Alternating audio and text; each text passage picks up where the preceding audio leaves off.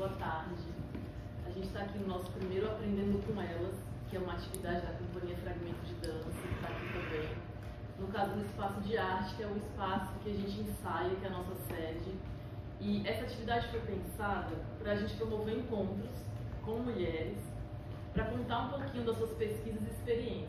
A gente é um grupo que trabalha há algum tempo interessado nas questões de gênero, nas representações e performatividades do feminino. A gente tem muita pesquisa e desejo de discutir questões que têm esse recorte de gênero, e a gente nesse momento está realizando oficinas e trabalhos com algumas instituições em que a gente esteve presente, conhecendo as pessoas desses grupos e trazendo esses grupos para o nosso espaço de ensaio.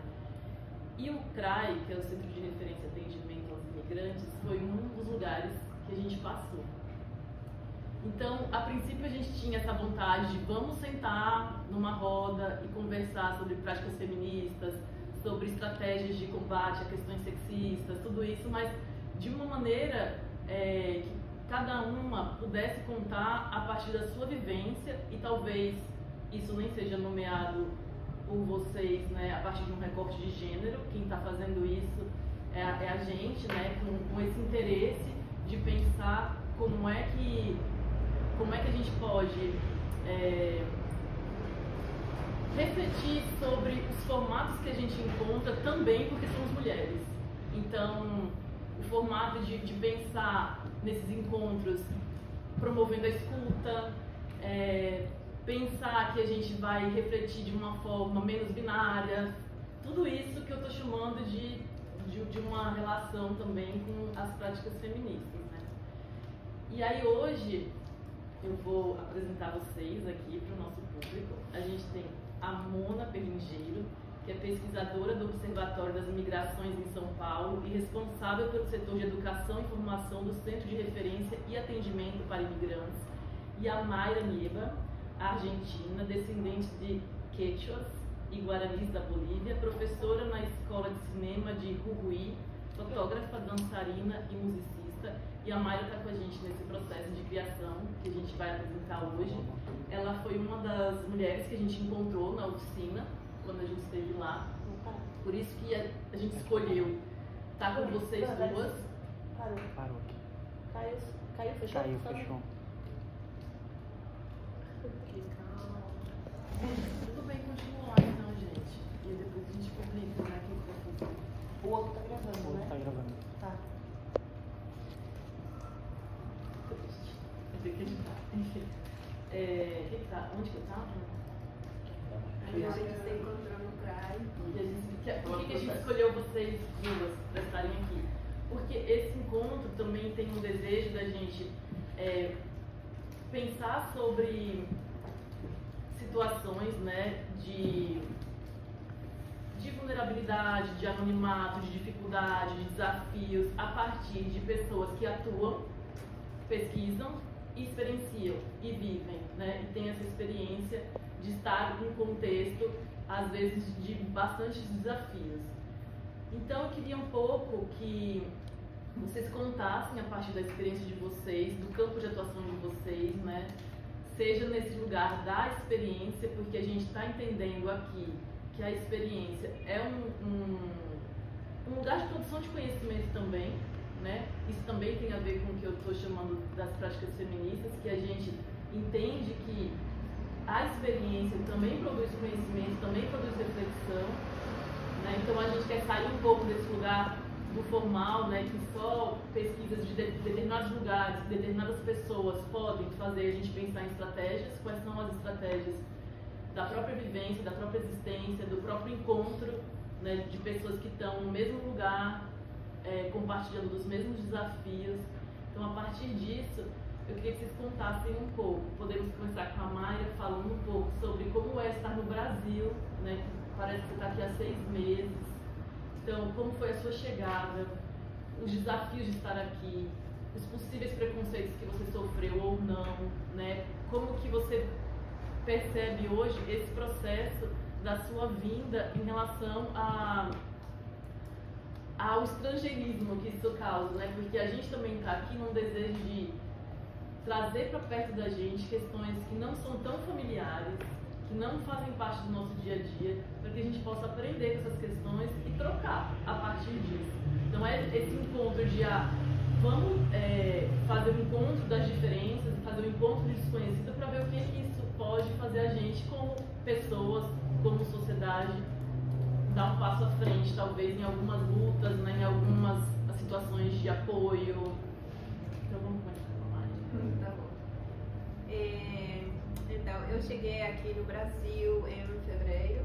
Eu cheguei com uma amiga que ela se apresentava no MASP. Ela tinha um vídeo que apresentou aí. E a gente chegou junta. Eu cheguei para trabalhar, eu deixei meu trabalho na Argentina, deixei tudo e falei com minha amiga, vamos viajar, vamos ver o que acontece, né? Então aí eu decidi vir para aqui e quando eu cheguei a gente morou primeiro num hostel e a gente depois começou a procurar onde viver. E aí a gente se encontrou com uma amiga que ela também é imigrante e ela recebeu a gente. E aí eu achei isso muito lindo, um gesto muito lindo de sua parte, porque quando você chega não tem documentação, não tem nada com que você possa alugar um quarto, possa alugar uma casa. Então isso acho que foi muito importante para mim e para minha amiga também. A gente encontrou um espaço. E encontrou um espaço que essa amiga que a gente foi morar na sua casa, ela fala espanhol também. Então acho que isso fez que a minha chegada fosse mais tranquila.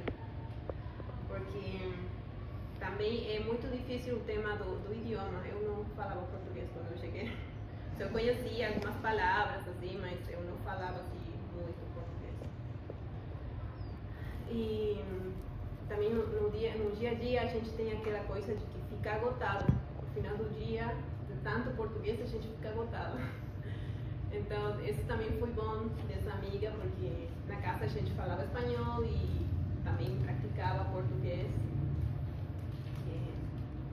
Mas isso foi muito bom, eu acho que foi muito bom. Se eu tiver chegado num outro espaço onde não tiver aquela contenção, acho que talvez houvesse sido mais difícil, né?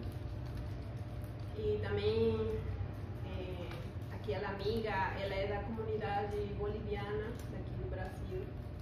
E aqui no Brasil tem muitos imigrantes que são da Bolívia.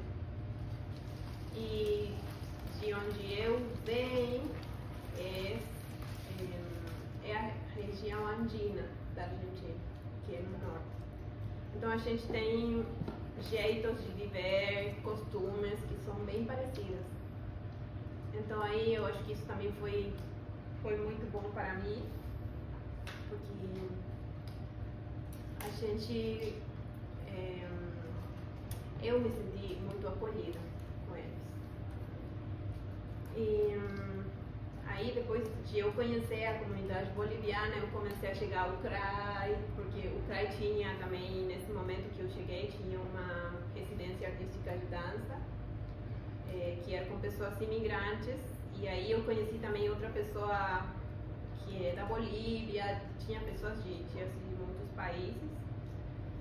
E com essa conexão também eu consegui entrar depois às oficinas que vocês fizeram lá também. Então assim, eu acho que para mim foi muito bom encontrar pessoas andinas aqui no Brasil, porque acho que foi assim, uma questão mais acolhedora, né? Isso. Então, um pouquinho dessa chegada, depois a gente vai abrir um pouquinho mais. E aí, Mona, eu queria que você contasse pra gente, assim, um pouco sobre o CRAI, como ele funciona, né, como é que você chegou lá, quais são os maiores desafios. Tá certo. Vamos ficar o dia inteiro aqui. Bom, gente, eu sou a educadora do CRAI, né, então eu costumo realmente falar sobre a atuação do nosso serviço, mas também sobre a questão migratória com diversos públicos, entre eles a população migrante, porque como ela estava falando, tem uma dificuldade de compreensão de quais são os seus direitos quando você chega nesse território, né? Sobretudo famílias que vêm com seus filhos, têm uma certa dificuldade, acabam entrando, colocando os filhos na escola, a dificuldade da linguagem, né? Será que vou ser bem recepcionado e tudo mais? Então é necessário falar sobre a questão dos direitos da pessoa migrante para elas também, né? Claro, todos vivem em nível de dificuldade bastante grande. Bom, como educadora tem essa atuação de mediação e também de parcerias, que foi a parceria da residência artística que nós fizemos lá no Centro de Referência e Atendimento para Imigrantes, que era uma coisa inédita. Por quê?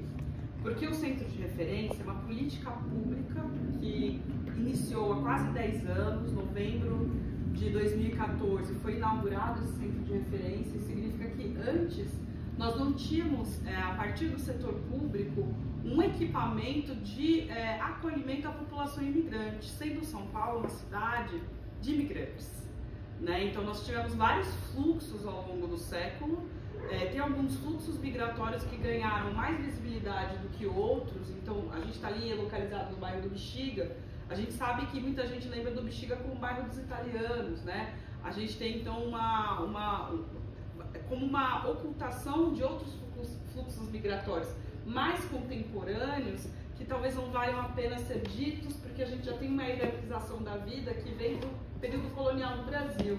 Então os fluxos africanos, eles são ocultados, os fluxos latino-americanos, que são os maiores fluxos que hoje a gente recebe no nosso país. Dentro da migração, a gente chama isso de migrações sul-sul. Tanto que a maior parte das migrações que a gente recebe na cidade de São Paulo são de bolivianos. Então, só na cidade de São Paulo nós temos mais de 100 mil bolivianos, né? E aí, na sequência, vem venezuelano, vem haitiano, que é Caribe, argentinos, né? É muito interessante o que foi dito, porque muitas vezes a gente não entende o argentino também como uma população que tem características andinas, indígenas, né? Então também trabalhar com esse rompimento de estereótipos é um papel dessa política pública e receber o público para que eles possam se apropriar daquele espaço. Porque o que acontece, né? Nós fazemos um trabalho que é de regularização migratória. Então a gente faz análise documental da pessoa, procura orientá-la para ela saber para onde ela tem que ir. Então eu estou sem CPF, qual a orientação que eu dou para uma pessoa que não sabe o que é CPF, que está sem CPF?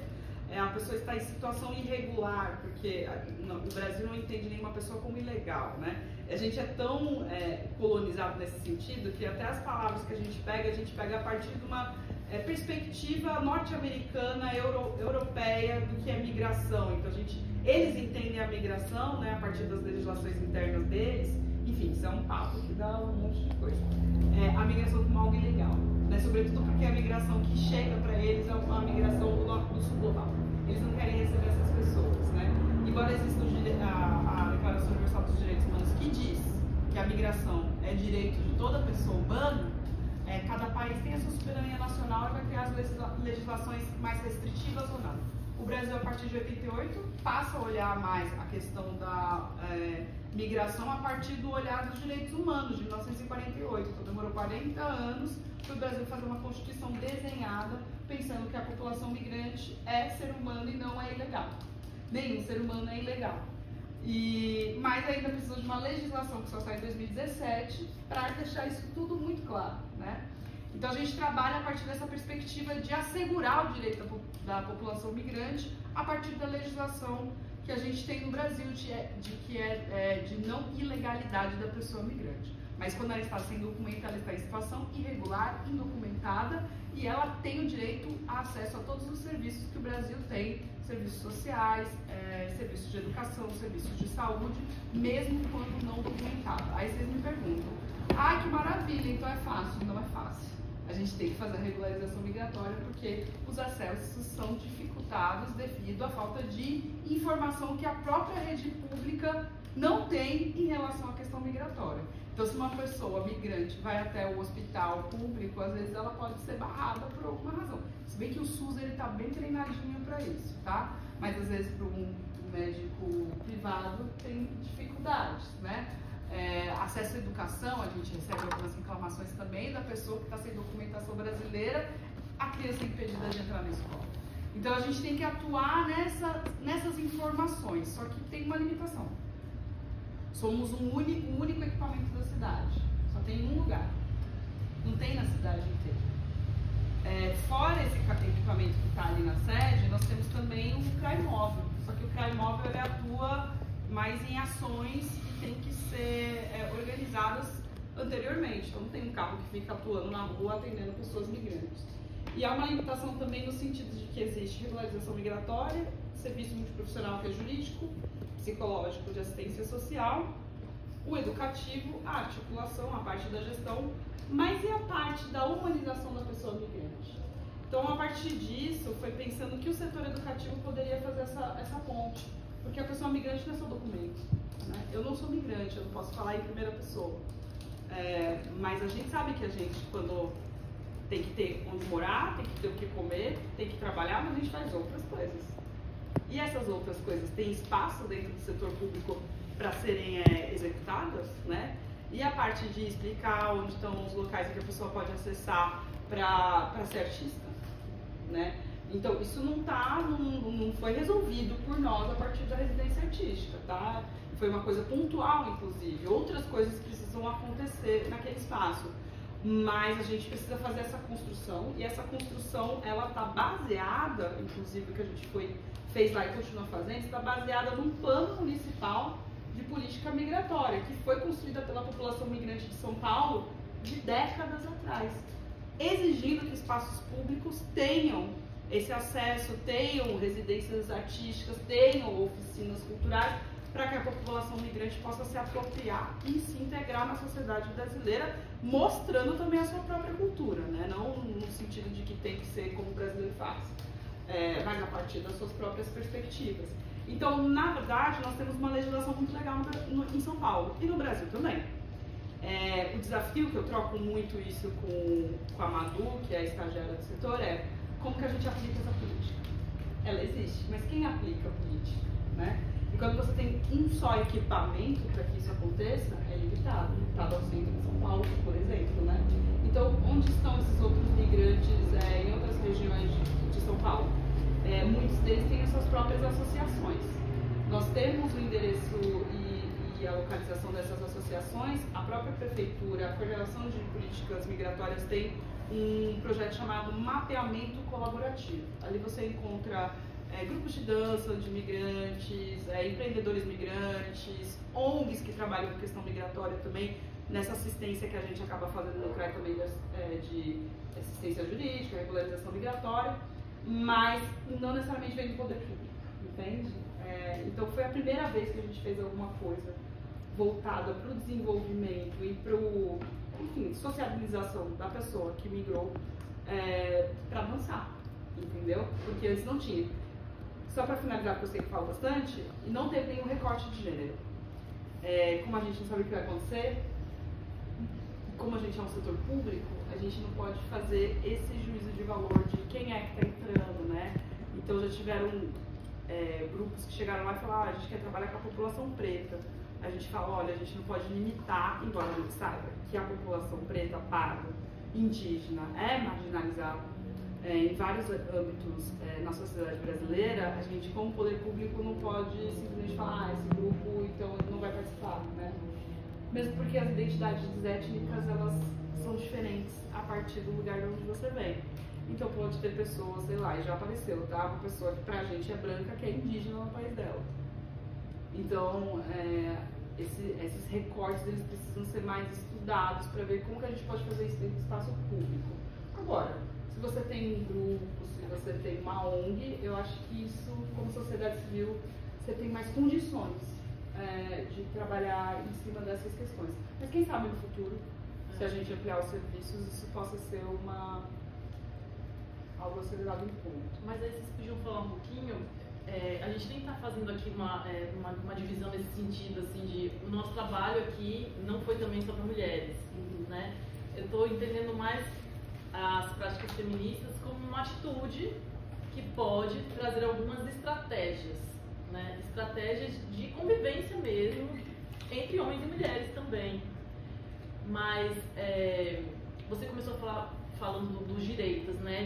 De como é um lugar que também orienta em relação aos direitos. Eu queria saber, Mayra, se você conhece os seus direitos aqui, se o CRAI te ajudou nesse reconhecimento, como é que você chega até esse lugar, assim, com essa possibilidade de ser um espaço que, de repente, vai te atualizar, ou te informar, ou te garantir coisas que você não sabia, porque a gente aqui, como brasileiros e brasileiros, também desconhece muitos dos nossos direitos. A gente também tem uma legislação maravilhosa, mas a gente não aplica e a gente continua com os mesmos desafios e problemas, mesmo tendo uma Constituição que parece ser incrível, né, no papel. Então, isso é uma questão, né, sobre os direitos, se você conhece, se o CRAI te ajudou, se teve esse tempo também, que eu sei que faz pouco tempo que está aqui. E nesse sentido da questão que a gente coloca do gênero, né, que eu abri falando, assim, para pessoas que estão aqui, que não são, né, brasileiras, o fato de serem mulheres, se vocês sabem disso, você como a pessoa que está vivendo a experiência e você como a pessoa que está lá, né, atuando, existem diferenças, outros desafios, questões que vocês podem dividir aqui com a gente, que nesse sentido, uma mulher aqui tem esse tipo de desafio que os homens não têm? Quando eu cheguei, eu sabia que respondendo a primeira pergunta, né? Quando eu cheguei, eu sabia que eu tinha que fazer o CPF e o RN. Que com isso eu ia conseguir mais coisas aqui no trabalho e tudo mais. Mas quando eu cheguei, não sabia bem onde eu tinha que ir para fazer o RNM, se qualquer instituição policial pode fazer esses trâmites ou é um lugar específico. Essas informações eu não tinha e eu procurava, mas também era confuso na internet porque a gente tem muitas experiências, né? Então uma pessoa falava não, tem que ir lá, outra pessoa não, tem que ir para outro lado e assim. E quando eu conheci o CRAI, aí eu acho que foi como um alívio para mim, porque aí eles me ajudaram com tudo, realmente.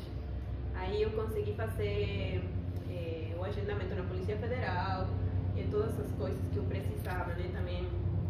Eu achei muito bom o espaço realmente, porque tem muita contenção, que isso também eu acho que é importante, né, porque quando você é imigrante, chega a um lugar, você não fala bem a língua, então a gente começa talvez a não ter paciência, ou acontecem assim, não, situações de violência.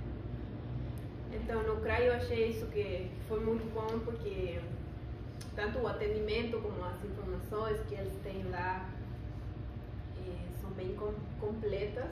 Tipo, eles te oferecem muita, do que você precisa, eles têm informação. E também por eu conhecer o CRAI também eu comecei a conhecer os meus direitos, porque eu tinha uma noção de coisas, de direitos que eu posso ter aqui, mas eu não sabia com certeza que direitos eu tinha aqui, né? Então eu achei muito bom o espaço do CRAI, realmente. Sim. E respondendo à segunda pergunta, eu acho que não sei, eu acho que como mulher a gente sempre eu não gosto de me limitar por ser mulher, mas a gente sempre tem que ter cuidado, né, quando anda na rua. E isso aqui eu senti muito forte, porque onde eu moro é um lugar pequeno, que a gente pode fazer tudo andando. Você não precisa assim, de pegar metrô, ou não tem assim, viagens que sejam muito longas. A viagem mais longa talvez são 30 minutos.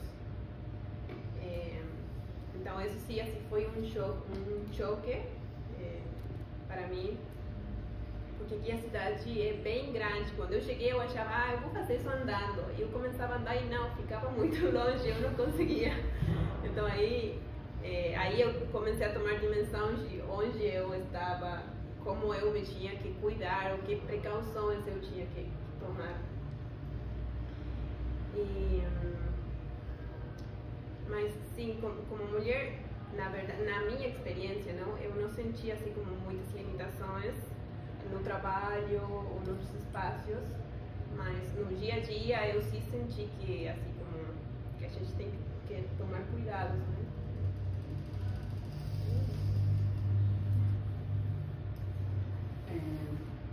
O CRAI tem uma característica, não sei se isso fez diferença para você, que nós temos pessoas migrantes trabalhando lá também. Então, eu sou brasileira, mas principalmente no atendimento em regularização migratória, que é o que as pessoas mais buscam. Nós temos pessoas da Venezuela, de Cuba, República Democrática do Congo, Chad, Síria, enfim, as línguas que mais chegam aqui no Brasil, né? Espanhol, francês, inglês, tem uma pessoa inglesa também lá, algumas línguas africanas, Lingala, Congo, Swahili, também a gente fala lá, e árabe. Eu não tenho a língua dos africanos, né? Que é um caos, também foi um caos, mas a gente também aprende. E aí eu acho que isso já dá, né, um quentinho, assim, do tipo, caraca, tem pessoas na mesma situação que eu, trabalhando com isso e que tá me informando na minha língua, sabe? Sobretudo para quem fala espanhol, né, que é o maior fluxo aqui da cidade de São Paulo, bolivianos, seguido por majoritariamente países da América Latina, né? O brasileiro não fala espanhol, infelizmente, né? A gente meio que olha para fora do Atlântico, né? A gente não olha para dentro do nosso continente. Eu também, meu espanhol, eu tenho muita vergonha. Às vezes eu solto em espanhol, a pessoa fala, é legal o seu português, e eu tô lá me esforçando no espanhol. E aí a pessoa fala, você fala portunhol. Eu falo, poxa, triste. Mas é isso também, porque a gente também encara a nossa própria limitação nesse sentido, né? Eu tô num país que fala português, eu falo português, mas e se eu sair um dia com esse espanhol que eu tenho, né? Então, acho que é um pouco de você sentir como a pessoa se sente quando ela também não encontra ninguém que fala a língua dela. E é nesse sentido que a gente tem que atuar, né? Porque não é fácil. A nossa língua é a nossa casa.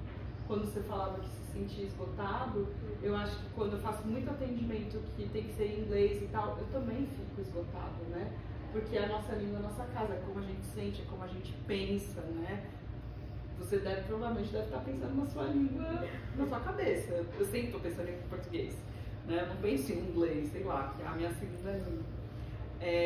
E em relação a essa questão da migração e o recorte de gênero, eu acho que eu não sou a melhor especialista para falar disso, né? Porque eu sei que tem profissionais do CRAI, por exemplo, a nossa psicóloga, que faz atendimento social, as assistentes sociais, até a própria advogada, todas mulheres, né? Então, trabalho humanitário, feito sobretudo por mulheres, né? Trabalho das pessoas em situação de vulnerabilidade, quem é que elas encontram, né? Muitas dessas pessoas mulheres, não necessariamente quem está nos cargos de chefia, não é o caso do CRAI, que a nossa coordenadora também é uma mulher, mas quem está em cargos de chefia, né, em grandes organizações internacionais, não necessariamente são mulheres, mas quem está na ponta somos nós, né? Elas têm um contato direto para ouvir a história dessas pessoas, né? A gente também ouve lá no educativo e tem algumas questões que eu vou te dar como exemplo, só para você ver como é sutil, mas há uma diferença grande, assim, em relação à questão de gênero. Muitas vezes os homens chegam lá para serem atendidos, eles não estão com seus filhos. Muitas mulheres chegam lá depois de algum tempo que estão no Brasil e elas estão com os filhos no colo. Isso já é uma questão, tá? Como que a gente recebe essas pessoas? A gente não tem espaço para criança, né? Às vezes a mãe chega lá muito cedo, mora do outro lado da cidade, não comeu ainda e tem que ficar aguardando um atendimento durante horas com aquela criança, né? Então, só a chegada dessa pessoa naquele espaço é mais difícil, porque normalmente, e não é só no Brasil, mas em grande parte do mundo, as mulheres são responsáveis pelas suas famílias, pelos seus filhos, né? Então já começa aí que o setor público não faz essa leitura, infelizmente, né, das necessidades da pessoa quando ela chega ali por ser uma mulher.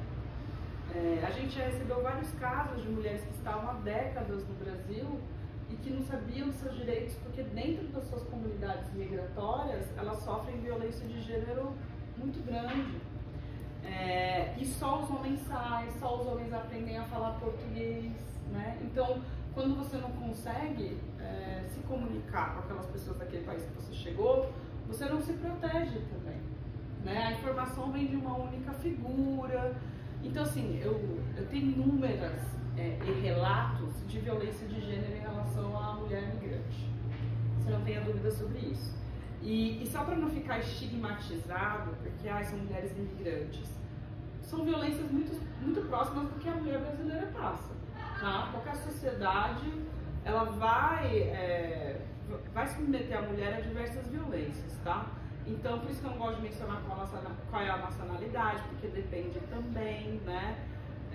Tem várias nacionalidades, a gente já teve relato de epidemia de doenças sexualmente transmissíveis por conta doenças ou infecções, ISD, por conta de abusos sexuais dentro da comunidade. Aí se a mulher falasse alguma coisa, a comunidade ia pra cima dela, né? Nesse sentido, o meu papel como mulher educadora talvez não seja efetivo. Eu já cheguei a pedir ajuda de homens da comunidade que eu tinha um diálogo ali para que eles pudessem fazer a formação. Então, embora eu trabalhe com isso, sendo mulher, não necessariamente o que eu falo vai chegar nessa comunidade se for eu a pessoa falar com eles. Porque existe ali uma hierarquização também da minha própria vida por ser mulher e estar ali falando em primeira pessoa. E isso acontece dentro e fora das comunidades, né? Então, alguns fluxos que chegaram aqui, que têm suas práticas mais conservadoras em relação aos espaços onde as mulheres estão, elas chegam aqui ainda fazendo essas práticas. Então, ela não vai olhar a mulher brasileira como em lugar de igualdade. Pode até olhar a pessoa da comunidade, a mulher da comunidade deles, inferiorizada. Você é um pouquinho melhor. Só que também não... Sempre que é um homem falando, tem mais... É como se tivesse mais segurança nessa fala, né? Então, até o próprio lugar onde eu estou, eu tenho que me impor de uma maneira em que essas comunidades compreendam que existe, que tem que haver esse respeito ao nosso trabalho e também a quem eu sou, que é uma mulher, né? Mas não é fácil, porque tudo vai depender de onde a gente está, qual é a comunidade, que espaço da cidade, em que situação eles estão, vulnerabilizados ou não, eles estão morando em que lugar, tem banheiro, tem onde dormir? As crianças estão na escola? Será que estar na escola é uma obrigatoriedade de todos os lugares do mundo? Será que mulheres nesse espaço, dessa comunidade, elas têm um papel ali de cuidar da família, que a gente às vezes acha que ser subalterna, mas às vezes no pensamento, na construção do pensamento deles tem a ver com o próprio poder da mulher de estar ali cuidando da família? Eu não estou falando que eu concordo, mas com essas estruturas, mas eu não posso chegar falando o que eles devem fazer ou não, entende o que eu estou falando? Então é muito delicado ser uma mulher atuante no mundo dos direitos humanos com a população imigrante, e é muito delicado discutir casos complexos, porque muitas dessas práticas culturais, e violência na cultura, tá? Mas estou falando de práticas culturais, quando tem violência, a pessoa está ferida, os mesmos direitos da mulher brasileira são da pessoa migrante. Lei Maria da Penha, igual. E eu falo isso muito para os homens. Quando eu dou formação para homem, eu falo, estou fazendo de trabalho, aí eu falo da Lei Maria da Penha. Porque, sei lá, né? Estou falando com homens, eles precisam saber que aqui aplica a lei igual para pessoas migrantes ou não. Para criança também, o ECA, né? Estatuto da Criança e Adolescente. Mas são muitas complexidades, eu acho, né? Então a gente podia, por exemplo, nesse sentido, vamos fazer um recorte, sei lá, de pessoas de países islamizados. Como é que lida na saúde, na rede socioassistencial, na educação? Tem algumas coisas que são difíceis, mas tem algumas coisas que são ideias preconceituosas da gente, que a gente já acha que eles são assim, e não necessariamente, né? E que todas as mulheres são assim porque elas usam véu, elas são reprimidas. Ou toda a comunidade andina trabalha na aula da escravidão, né? Então, assim, e eles são costureiros, nascem costurando, né? Porque tem gente que acha que pessoas bolivianas nascem costurando, assim. Elas chegam aqui e são os maiores costureiros no mundo. Será que é desse jeito que a gente tem que fazer a leitura? Então, são muitas camadas, eu imagino. Eu espero não estar avançando muito, fazendo vocês não entender, mas eu estou tentando falar que tem que estudar o caso específico. Analisar o que está acontecendo com aquela pessoa. Não partir do princípio do que você imagina que ela é. Né? Nunca perguntar, você é boliviano, né? Porque a pessoa tem cara de indígena. Mas perguntar de onde a pessoa veio, né? Isso acontece muito com argentinos indígenas.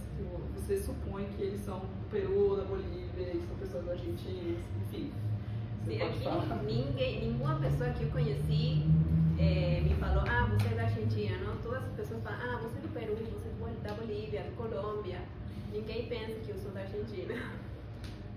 Isso também é uma ideia muito forte, né, que você falou no início, que uma ideia de uma Argentina branca, que lá na Argentina também é muito forte o racismo, também quando você se movimenta lá a gente chama de províncias, Buenos Aires seria uma província.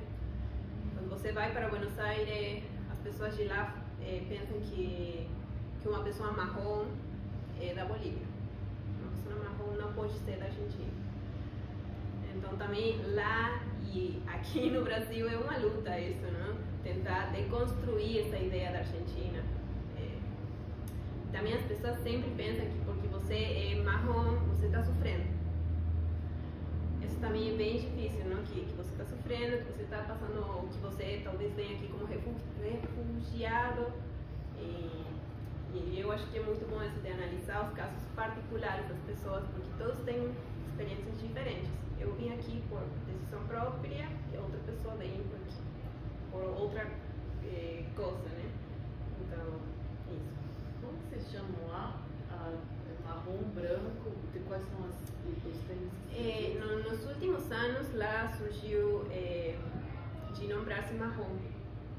Porque lá, incluso quando você estuda na escola, quando você tem que pintar pessoas, lá a gente tem, quando você tem 5 anos, que vai, não sei como é aqui, aquela parte que você faz quando tem estudação? Não, que acho que é kinder. Creche? Acho que não sei. É que com 5 anos é infantil. É isso. Educação infantil. Por exemplo, quando você, lá em Jujuy, na Argentina, nessa parte, não? Quando você vai no infantil e tem que pintar uma pessoa, ninguém te faz pintar essa pessoa de color marrom. Onde eu moro, quase todas as pessoas são do mesmo cor que eu.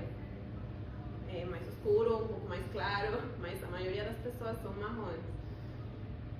E isso para mim é muito louco, né? Porque ninguém se chama a si mesmo marrom.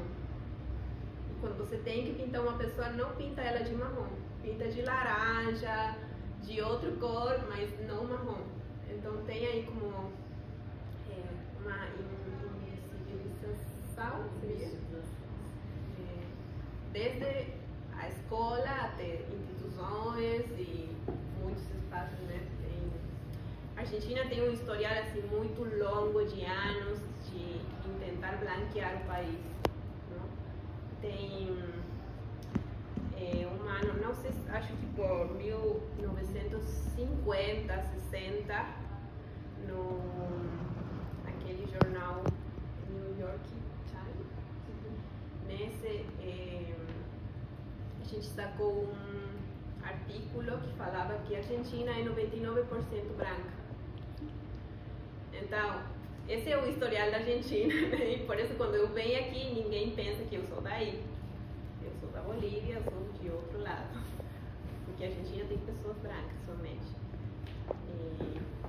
E eu acho também muito importante o rol do CRAI também nessas questões, porque é um espaço que eu acho que luta, né, que trabalha contra esses preconceitos que tem. Eu realmente gosto muito do CRAI, porque assim, foi um espaço bem acolhedor, assim, bem com muitas opções do que você precisa, e com muitas pessoas que são bem amáveis, né, e que tentam sair daquele lugar de preconceitos, né, o tempo todo.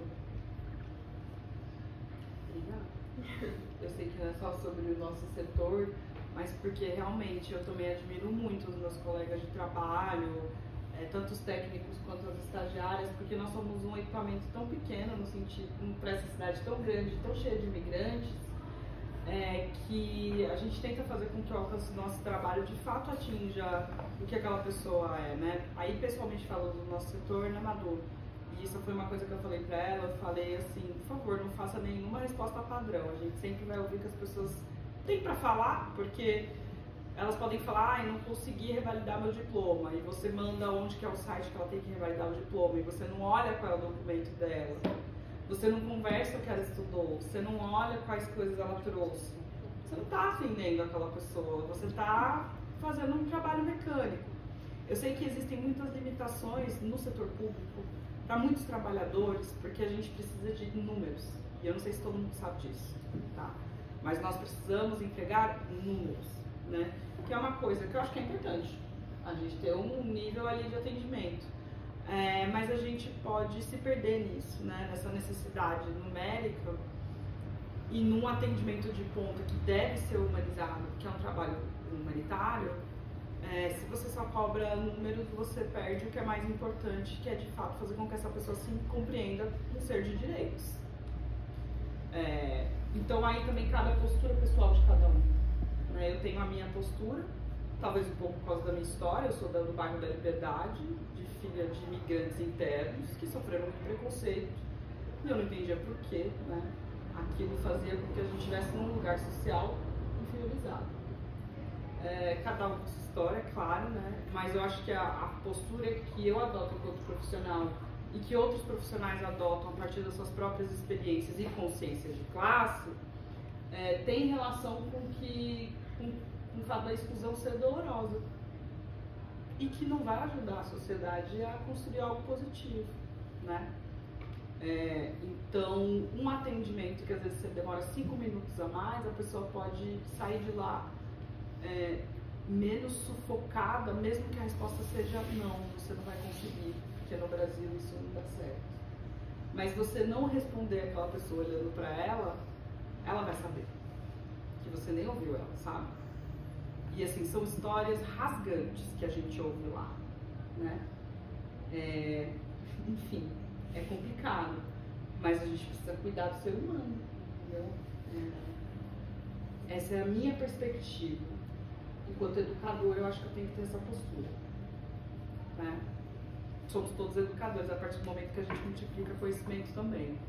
Mas eu não sei nem que exemplos de história contar, porque tem muitas histórias que são muito complexas.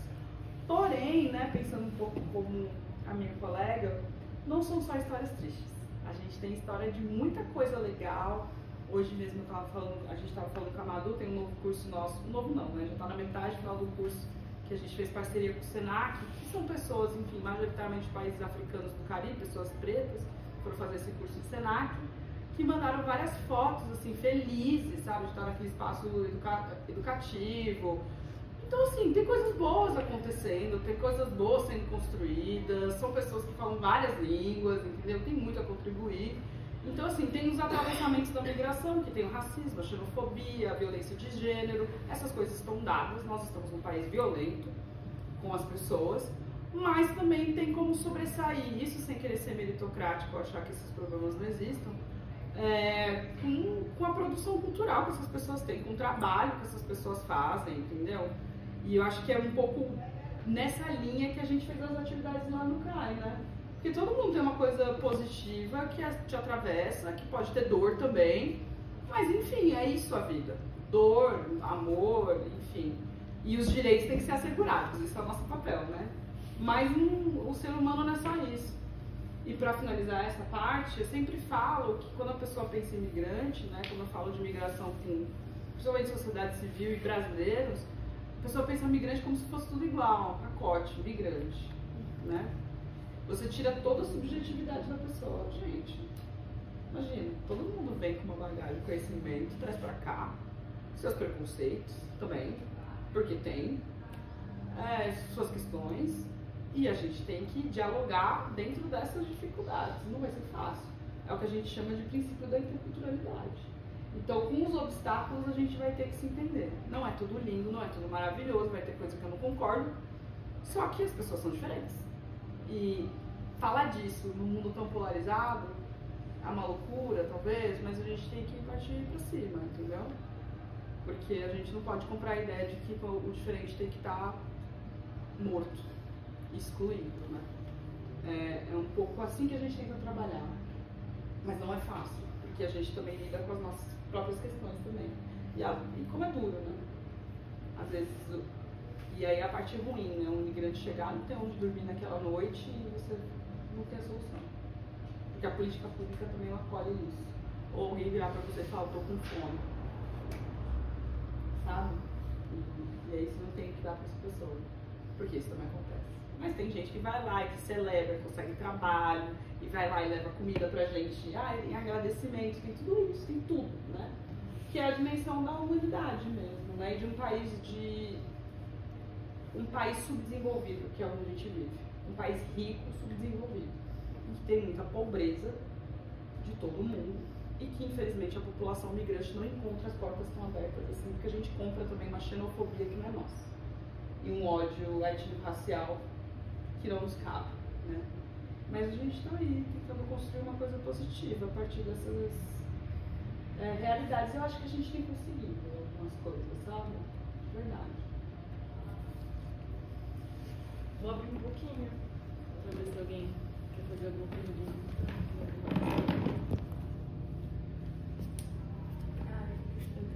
É interessante ouvir vocês falarem, assim, que eu acho que para além do conhecimento, assim, porque é isso, a gente vai aprendendo, né? Em cada conversa a gente vai aprendendo um pouco e mudando perspectivas. Mas quando a Bá traz essa prática, né, feminista, assim, é muito interessante o lugar do cuidado que vocês colocam essas práticas, sabe? Tipo, quando a Mayra traz dessa recepção, né, tipo, dessa amiga. Então, eu acho que tem esse lugar do afeto, do cuidado, né, do respeito ali e desse apoio, né? E aí eu acho que a mulher na sociedade como um todo às vezes é colocada nesse lugar do cuidado, né? Mas que também é um lugar de potência, né? E de tipo força e de resistência mesmo, assim, né? Tipo, de uma cuidando da outra. E aí eu fiquei pensando quando você fala da Argentina, né? Ser um país super racista. Como você enxerga o Brasil?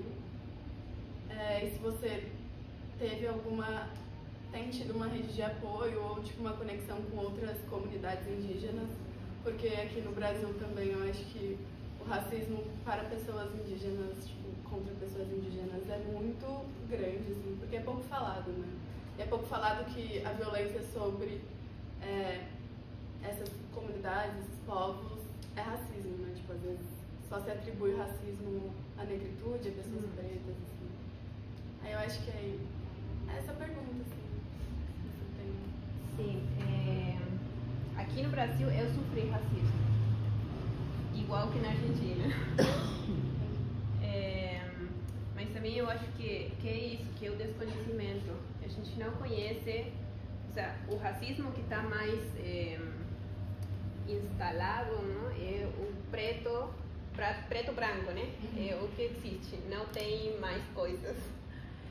Então, eu acho que o racismo às pessoas indígenas é isso, é o desconhecimento, mas também não só de nós, não? As instituições também, a escola é muito responsável disso, a televisão, eu faço cinema e eu acho que também o cinema é muito responsável, né, pelas ideias que a gente construiu.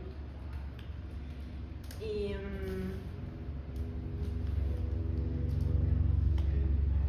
para mim é importante a gente conhecer e também quando você fala com uma pessoa indígena não tentar falar desses preconceitos que uma pessoa tem, não? Que a mim também me acontece comigo também quando eu conheço pessoas de outros países, num momento, né, vem na cabeça todos os preconceitos, tipo de pensar, não, ela não parece desse país, porque eu já tenho na minha cabeça uma ideia de como são as pessoas desse país. Então eu acho importante isso, que a gente tem que ser como mais, não sei se é empática a palavra, talvez mais aberto, né? E agora não lembro bem a pergunta. Não, a pergunta foi isso em relação esse lugar da comunidade, assim, se você provou com outros povos, outras etnias. Sim, eu consegui fazer isso porque eu também, quando eu cheguei aqui no Brasil, a minha amiga me falou sobre o acampamento Terra Livre, não sei se vocês conhecem. Acontece em Brasília quase sempre em abril. E é um acampamento onde vêm os povos indígenas de todo o Brasil, se reúnem lá e fazem troca, né, de conhecimento. E aí, nesse lugar, e aqui no São Paulo também, eu conheci assim, muitas pessoas indígenas de outros lugares do Brasil, e também da Bolívia, do Peru, do Chile. E eu achei muito lindo isso, porque a gente tem muitas coisas em comum, né, que a gente vive tanto aqui no Brasil como nos nossos países. Então acho que isso foi muito enriquecedor para mim. Consegui fazer aquelas trocas com as pessoas. E também eu não cheguei a conhecer muito assim em profundidade as coisas que vivem os povos indígenas aqui no Brasil, mas eu sei que é igual que na Argentina, que não tem uma legislação que é boa, que permite que a gente se desenvolve, né? Tem muitos problemas de vivenda, de educação também, porque também aqui no Brasil é um pouco difícil aquela questão da educação, né? Você tem que reunir um exame, tem que fazer exame, tem que passar uma série de passos aí para você conseguir entrar na universidade. E lá na Argentina, a universidade só você se inscreve e você começa a fazer a universidade.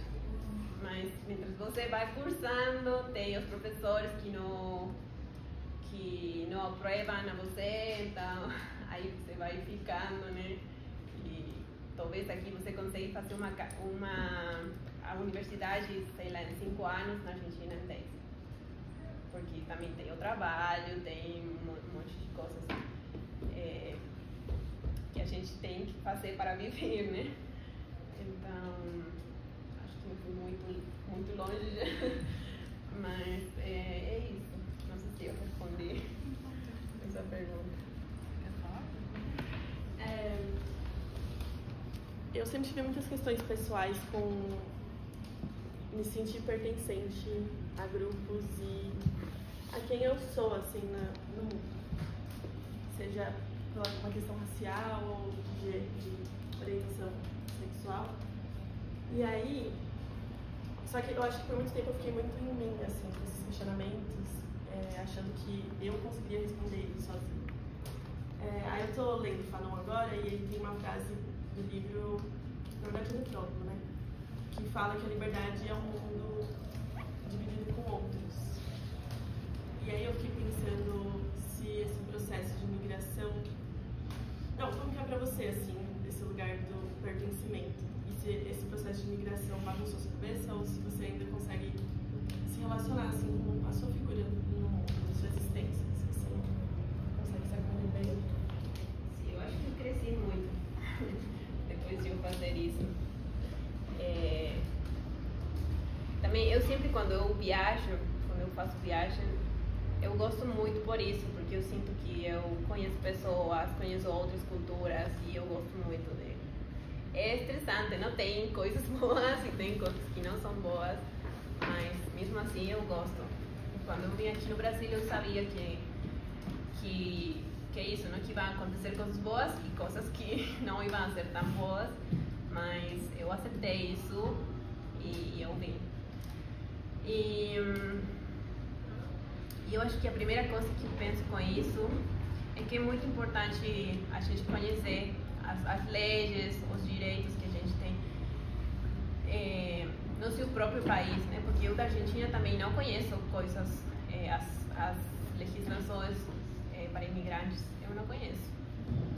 Então, eu acho que aqui no Brasil eu como que abri assim um panorama, né, de coisas que eu acho que são importantes para o dia a dia das pessoas. Porque a gente mora muito em automático, né? A gente vai, trabalha, volta a casa, dorme. E é isso. Então, eu sinto também que aqui no Brasil eu consegui como parar um pouco, porque lá em Jujuy eu trabalhava muito, o dia inteiro. E quando eu cheguei aqui no Brasil eu pensei, não, eu não vou fazer isso de novo, eu não quero isso para mim. E aqui eu consegui parar. Porque isso eu acho também um pouco engraçado, porque aqui no Brasil é muito, São Paulo é muito corrido, né? A gente tem pressa o tempo todo. E eu sinto que eu vou para o lado contrário aqui, mas mesmo assim eu consegui me sentir também parte daqui. E eu consegui fazer muitas coisas que lá eu acho que talvez, mais com o governo que a gente tem agora, nem eu nem outros artistas não conseguem fazer.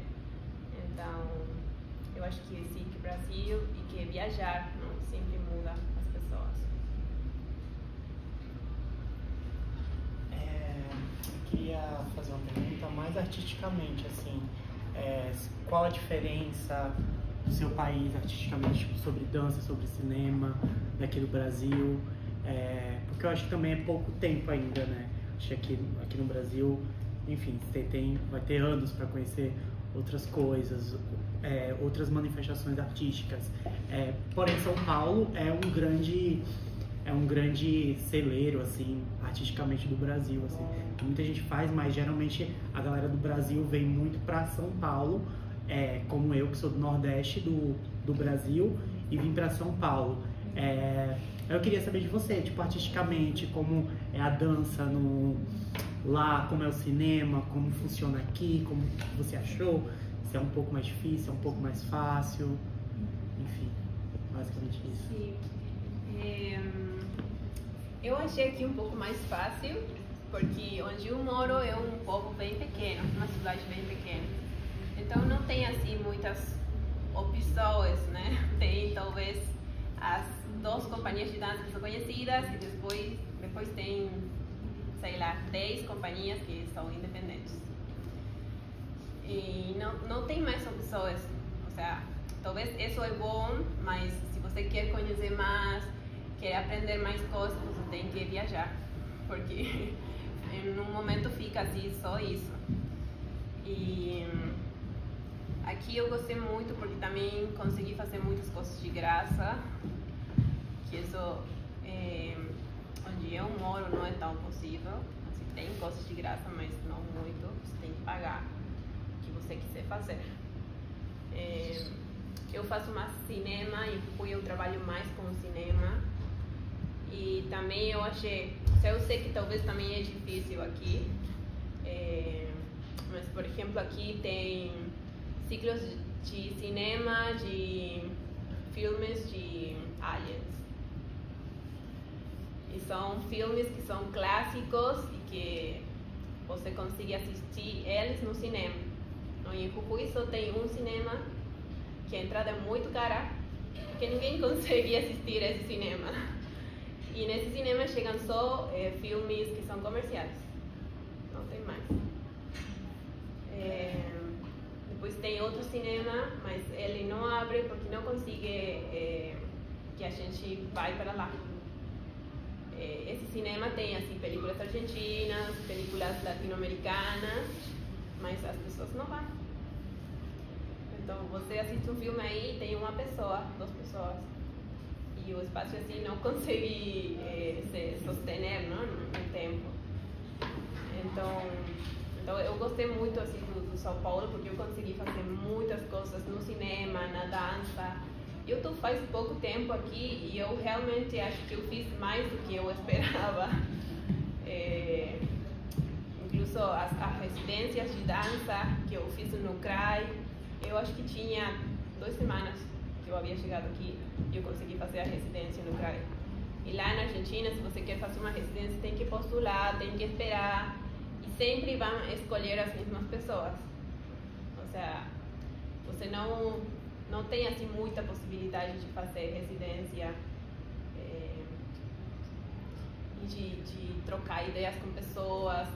Sempre também é muito esforço, ou seja, você pode, não sei, reunir pessoas para você trocar ideias, mas você tem que organizar tudo isso, tem que conseguir o espaço, tem que pagar, tem que um monte de coisas, né? Então, eu achei que aqui em São Paulo, porque eu sei que é aqui em São Paulo e talvez em outros estados do Brasil não é a mesma coisa, talvez tem menos editais, ou tem, sei lá, menos cinema, tem menos, não, de tudo. Mas é isso. Eu queria perguntar para vocês duas, depois eu tenho mais uma para a Mônica, uma frase que você falou aqui que está na minha cabeça, que assim, vocês têm algum exemplo para compartilhar para a gente de estratégias, né, de resolver situações de um jeito que desvia a norma, a instituição e cria uma solução para aquilo? Estratégias que vocês percebem que acontece porque vocês se reúnem entre vocês. Difícil.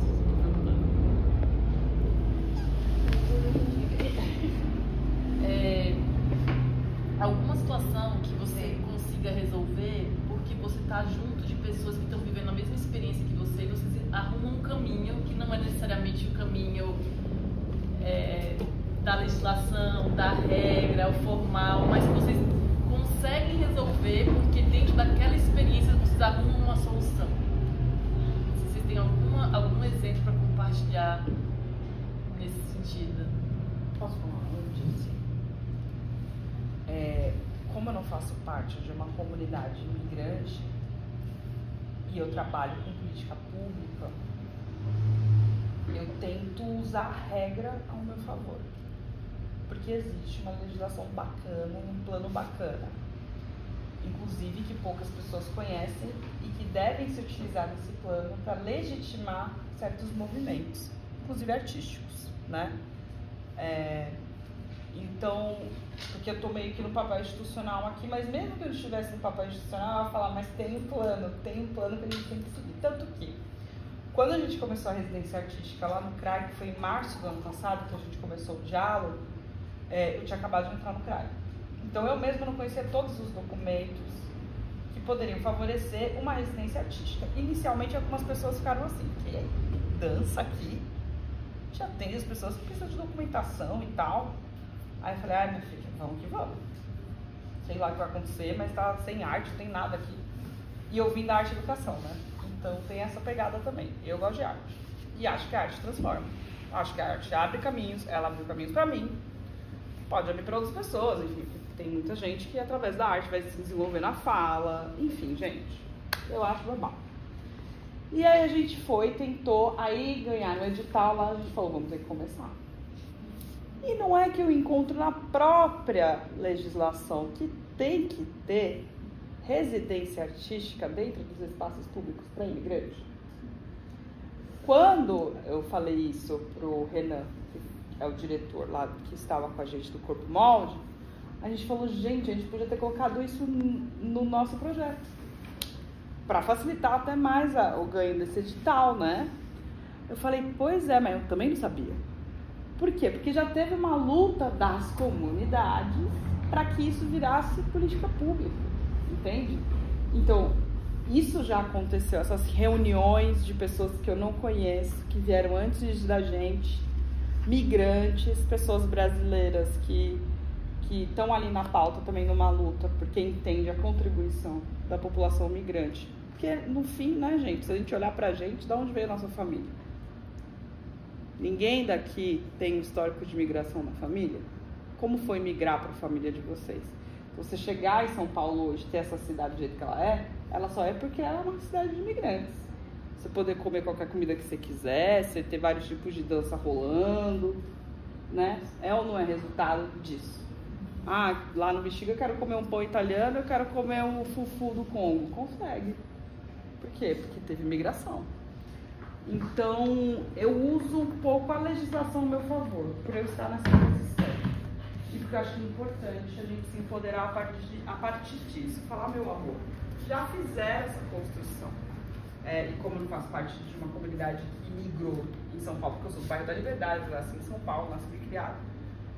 Um bairro super migrante, inclusive, né?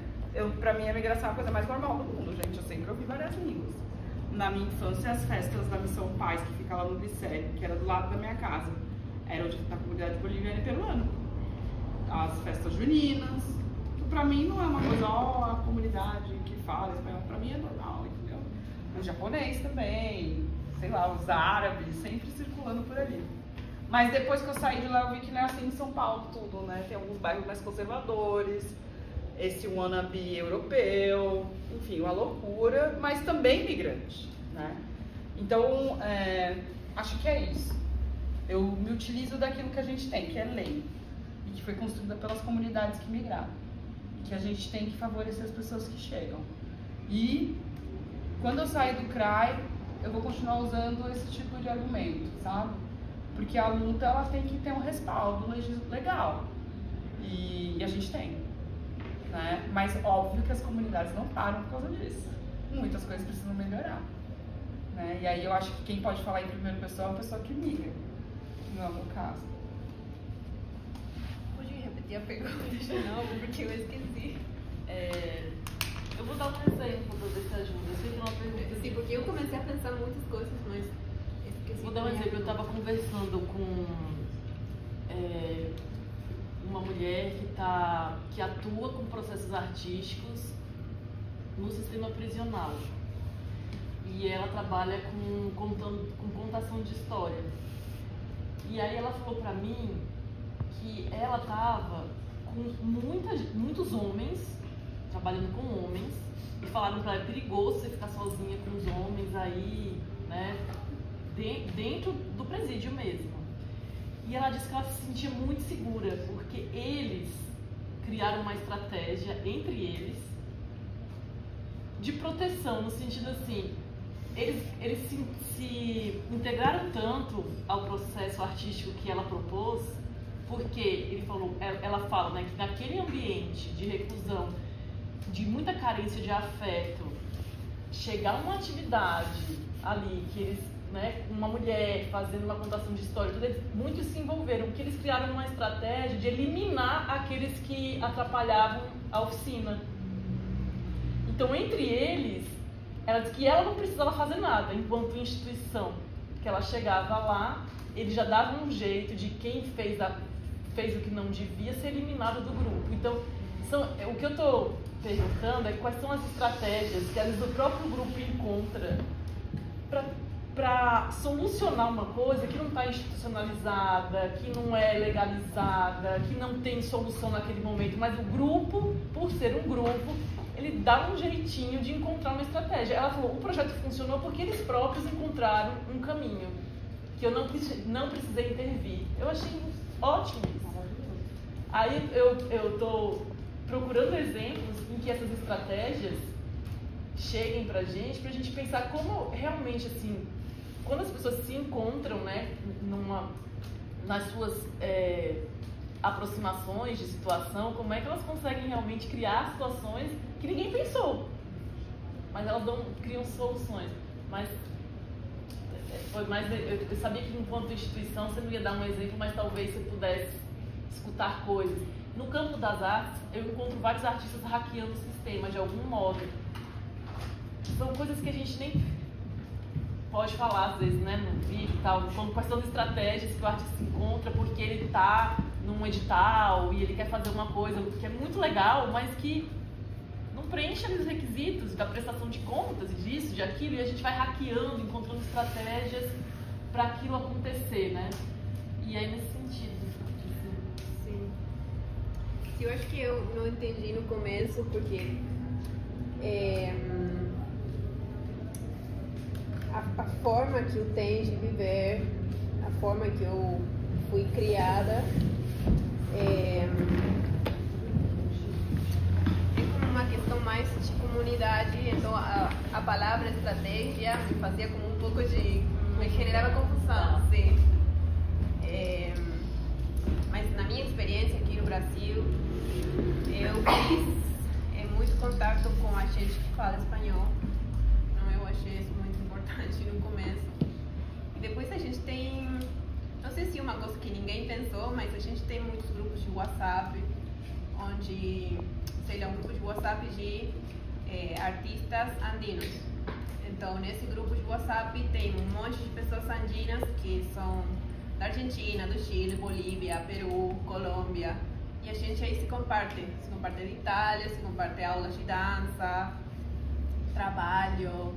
E a gente aí também procura outras pessoas para o trabalho, por exemplo, sei lá, alguém comenta, eu preciso de uma pessoa que faça filmagem. E aí as pessoas que fazem filmagem falam, eu faço, e aí a gente combina.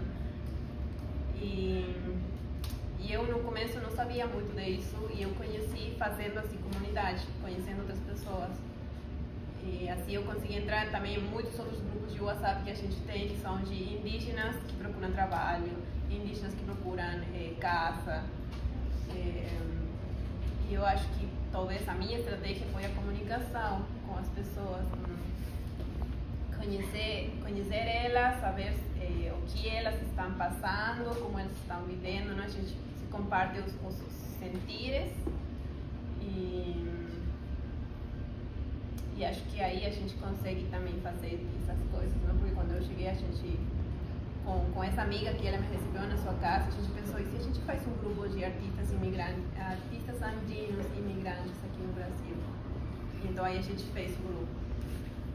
E eu sinto isso, que a gente sempre, a comunidade andina, sobretudo, é como muito, eu acho que no Brasil também, né? Mas entre pessoas andinas a gente tem assim muita conexão, e a gente se encontra. A gente também tem um grupo de festa, e nesse grupo a gente manda todas as festas andinas que acontecem no São Paulo, ou também festas não andinas, né? Assim. É uma pergunta difícil, porque a gente tem que parar para pensar em situações, né? Mas que é muito legal. É uma estratégia mesmo, assim, né? De encontro, sim, né? Porque geralmente a gente entra nos grupos de WhatsApp, mães da escola, não sei o que, e às vezes a gente, no seu caso, né? Você está num grupo que você pode talvez não conhecer ninguém, mas que tem situações que se aproximam e que te levam para espaços semelhantes daqueles que você quer compartilhar, né? Então, a gente está caminhando para o final, porque a gente vai ter a apresentação daqui a pouco. A Mona falou uma coisa, né? Você falou, violência não é cultura. Botei aqui sua frase. E aí, a gente está num momento que a gente adjetiva tudo como cultura, né? A cultura do estupro. E a gente pega essa palavra cultura e transforma e dá um sentido em muitas situações muito negativo para ela. E a gente que é das artes, a gente se atrela a palavra cultura como política cultural, como política pública, como profissão, como tudo. E tem uma dificuldade aí, está sendo discutido isso. Pô, as políticas para a cultura, mas a gente atrela a cultura a estupro, a gente atrela a cultura a violência, a gente atrela a cultura a um monte de coisa. A gente começou a fazer essa associação muito publicamente nos espaços. Só que essa é a palavra que está associada à nossa profissão de artista. Aí quando você falou isso, violência não é cultura, aí eu acho interessante você falar isso, porque tem artistas defendendo isso. Vamos parar de falar cultura e vamos falar de arte? Porque assim, como é que a gente cria também as nossas estratégias para existir, né, como profissão? Aí quando você falou isso, foi por um acaso que você falou? Tem algum... Não foi por acaso. Por conta das experiências que eu tenho com os debates que eu levanto com toda essa galera que faz formação, né? Então eu tenho acesso... Primeiro, bom, antes de tudo, eu tô com a cabeça muito institucionalizada. Isso é bom, mas é ruim também, tá, gente? Então eu não consigo sair um pouco disso, porque eu trabalho muito com isso o tempo inteiro. Enfim, grupos de estudo, CRAI, freelas, o tempo inteiro. É uma postura que eu tenho que adotar também, enfim, que é um limitante, né? Mas também eu não posso falar em primeira pessoa porque eu não migrei, então tudo bem eu não falar sobre isso, sobre essas questões. E eu ouço muito, muito, o tempo inteiro, as pessoas falando, é que eu não sei lidar com essa questão cultural. Ou uma pessoa que foi estuprada pela comunidade inteira, ela não foi estuprada porque a comunidade tem como cultura estuprar uma única pessoa. Isso é cultura, isso é violência, entende? O nosso entendimento de cultura é aquilo que está relacionado a algo que a gente considera superior. Bom, eu vou tentar resolver. Na antropologia, cultura é aquilo que é cultuado pelas pessoas. Então, se você faz parte de uma comunidade e aquela comunidade tem modos de comer com a mão, aquilo faz parte da sua cultura. Enfim, o que você cultua ali, entendeu? Então, tudo é cultura, Dudu. Tudo é cultura, tudo é cultura. A tendência que as pessoas têm, sobretudo as pessoas que eu faço formações, tem de compreensão da cultura, é aquela cultura eurocêntrica, pós-industrial, entendeu? É a ideia delas de cultura ocidentalizada, né? Pensando que África, povos indígenas, mundo árabe, povos asiáticos não são povos ocidentais. É tudo inferiorizado. Então, por exemplo, se chega, já ouvi, né? Chega uma pessoa que vai para atendimento médico e ela é muçulmana e ela tá lá com véu. Eu já ouvi algumas pessoas falar, pô, eu acho estranho, não é da minha cultura, mas eu tento respeitar a cultura da pessoa. Você tá hierarquizando isso, entende? As suas práticas em relação à prática da outra pessoa. E a sua cultura não é melhor e nem sobressai sobre a cultura do outro. Todo mundo tem cultura, né? Mas eles tentam relacionar a violência de gênero a uma ideia de cultura. Entende? O uso do véu, e eu falo isso sempre para as pessoas têm um estereótipo, né? O uso do véu como algo opressor na mulher. Muito fácil a gente pensar assim. Eu sou livre porque eu posso andar de shortinho. Você é livre mesmo? Você anda de shortinho? Mulheres. Você é livre, né? Tem um artigo chamado O Véu Não Cobre Pensamento, que é bem interessante. Não sei se é da Lila Bulugod, agora eu não lembro. É uma palestina, inclusive. Pode ser outro título. Nos pensar enquanto centro de cultura, da cultura, primeiro que não dá, gente. A gente é latino-americano, tá, meus amores? Esse pensamento eurocêntrico a gente comprou. É equivocado. Achar que a nossa forma de viver, as nossas decisões, elas são decisões mais livres, também é equivocado. As pessoas podem optar, dentro dos aspectos da forma de olhar o mundo, por outras coisas que não é o que a gente quer pra gente. Eu parto de um princípio também um pouco liberal, cada um vive da sua maneira, né? Só que a gente tem essa tendência de colocar o estrangeiro, que é uma palavra que a gente não usa, que significa estranho, alienígena, no lugar de outro, mas um outro que nunca vai ser tão humano quanto eu. Então, tudo que ele cultua é inferior ao que eu entendo como cultura, entende? Então, se as mulheres têm que usar o véu, e não tem que, tá? Isso é uma violência que a minha cultura, ela não abarca, é a cultura do outro, entendeu? Só que aí você coloca tudo num bololô, porque você entende que práticas religiosas, até as escolhas pessoais de como você quer viver enquanto mulher, ela se assemelha ao estupro. E não necessariamente. Então a gente tem que dissecar um pouco da palavra cultura. Só que ao mesmo tempo eu tenho um certo incômodo em a gente fazer substituições. Não vamos mais falar de cultura porque a gente trabalha com arte. Já tentaram fazer isso com educação. Um lugar que eu trabalhei queria substituir a palavra educação porque ninguém gosta de educação, enquanto, você é um educador. Ninguém gosta, todo mundo acha que educador é um cara chato, sei lá. É melhor você falar que você é um gestor de projetos, entendeu? Do que você falar que você é um educador. Vamos mudar o nome do setor e mudar o nome do setor educativo para setor de participação. Adiantou. Continuaram ali os educadores fazendo trabalho de educação.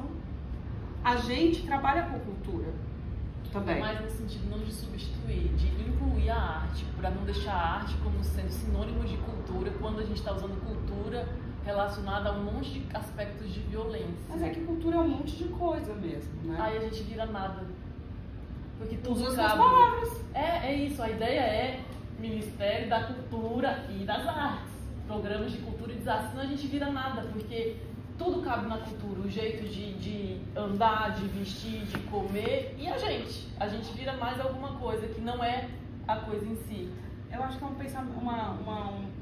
debate filosófico mais aprofundado do que a gente está fazendo aqui. Mas eu acho interessante isso, né? Porque colocar a arte como algo do papel fundamental da sociedade também, né? Aliás, fundamental à construção das sociedades. Tanto que as artes são separadas das ciências e elas são essenciais para a vida humana. É o que nos diferencia dos outros animais. É a nossa cultura e que a gente produz através da arte, né? Então, eu acho que é muito profundo nesse sentido. Mas quando eu falo que violência não é cultura, é porque a gente não pode ter como um dado, como que se diz, legitimado de que, sei lá, mulheres que apanham é porque naquela forma de viver daquele local do mundo, elas todas apanham. Meu amor, ouça essas mulheres para você saber qual é o limite delas. O problema da gente é que a gente acha, que a gente pensa, sobretudo mulheres daqui do Brasil, não todas, tá? Que a gente sabe o que é liberdade. Não necessariamente a gente sabe o que é liberdade. Eu não tô falando da gente porque a gente tem um pensamento que vai um pouco além sobre as questões de gênero. Mas a gente pensa que a gente tem mais liberdade em relação àquelas outras mulheres que vêm do Oriente Médio, ou mulheres indígenas, ou mulheres pretas, sei lá. E aí a gente relaciona as questões de violência como algo que elas estão acostumadas, entende? E não é bem assim. Por isso que eu falo essa frase. Porque não é um costume você sofrer violência, mas a gente precisa escutar essas pessoas para entender dentro da sociedade brasileira, tá? E não escutar num lugar de superioridade, de cima para baixo. Uma troca. Em qual aspecto isso cabe na sua vida e você acha positivo, mas não que eu acredito que é positivo. E assim, quando a gente fala de violência de gênero, nenhuma mulher gosta de lugar nenhum. Nenhuma mulher gosta de ser humilhada, nenhuma mulher gosta de apanhar, nenhuma mulher gosta de ser ameaçada, nenhuma mulher gosta de ser violentada pelas suas comunidades. Só que tem alguns brasileiros, por outro lado, que falam, é a cultura deles. Entende? Então não é bem assim que funciona, né? Acho que é bem delicado, muito minucioso, mas é um pouco sobre isso, né? Como que tá a nossa escuta? Como tá também como a gente se coloca em relação ao outro? Tem uma tendência de ver o imigrante e falar, eu tô num lugar melhor do que ele, né? Ou se é uma pessoa indígena, se é uma pessoa negra, eu tô melhor que essa pessoa. Eu acho que eu tenho uma compreensão melhor das coisas do mundo, né? Então a gente tem que se rever também, como a gente se coloca em relação ao outro, e o outro... Ai, gente, tá ficando muito sociológico isso, né? Mas é um pouco isso que eu tento entender, sabe? Que eu vou tentar investigar se de fato aquela pessoa está confortável nesse lugar. Mas eu não vou ter a tendência de falar, porque é isso só. Essa forma de viver é violenta, então vai lá, se vira na sua comunidade, entendeu? Não é bem assim, mas ao mesmo tempo, vou dar um exemplo. Eu quis já fazer um documentário com mulheres de nacionalidade X, só para não criar o estereótipo dos homens dessa comunidade, na região onde eu nasci, no Glicério, que tem muito imigrante. E aí eu lembro que eu cheguei lá na Missão Paz, que também é um lugar de acolhimento para pessoas migrantes, inclusive um dos primeiros de São Paulo, de 1939, inicialmente para a migração italiana, depois recebeu todos os frutos até agora. Eu falei pro cara do centro de pesquisa que eu queria fazer um documentário só com mulheres daquela nacionalidade. Aí ele virou pra mim e falou assim, olha, é um pouco delicado, viu? Eu falei, por quê? Ele falou, porque essas mulheres, elas não necessariamente elas podem sair falando por aí. Aí eu já achei bizarro, né? Falei, como assim, quem escolhe se pode falar ou não? Ele falou, então... É difícil de pensar isso, mas quando você coloca uma mulher dessa nacionalidade para falar sobre ser mulher e migrar, no fim do dia ela vai voltar para a comunidade dela. Como será que a comunidade dela vai recepcionar ela falando do que ela vive dentro dessa comunidade? Então você revitimiza essa pessoa. 2 vezes ela pode sofrer violência. A que ela já vive, e se ela falar sobre isso, a que ela pode começar a viver porque ela abriu isso para um público maior, entende? Então, é um trabalho muito mais complexo do que simplesmente eu achar que eu tenho a solução. para a questão da violência que ela sofre dentro daquela comunidade, que está muito mais ligada ao patriarcado do que à cultura daquele país, entende? É isso que eu quero dizer. É o patriarcado. É a ideia da superioridade, e que eu vou te falar também é eurocêntrica, é cristã, entende? Então tinha muitas comunidades no mundo que não tinham essas práticas, que elas são vendidas, né, pelo colonialismo, então é muito mais complexo. E aí a gente tem que ter cuidado, entende? Porque a gente não pode fazer aquela pessoa viver mais uma situação de violência, porque o meu conceito de liberdade é o que eu vivo aqui. Então, enfim, eu falo a frase jogo no mundo, mas ela é muito mais complexa de ser explicada, porque ninguém gosta de sofrer nenhum tipo de violência. Isso não faz parte da cultura de ninguém.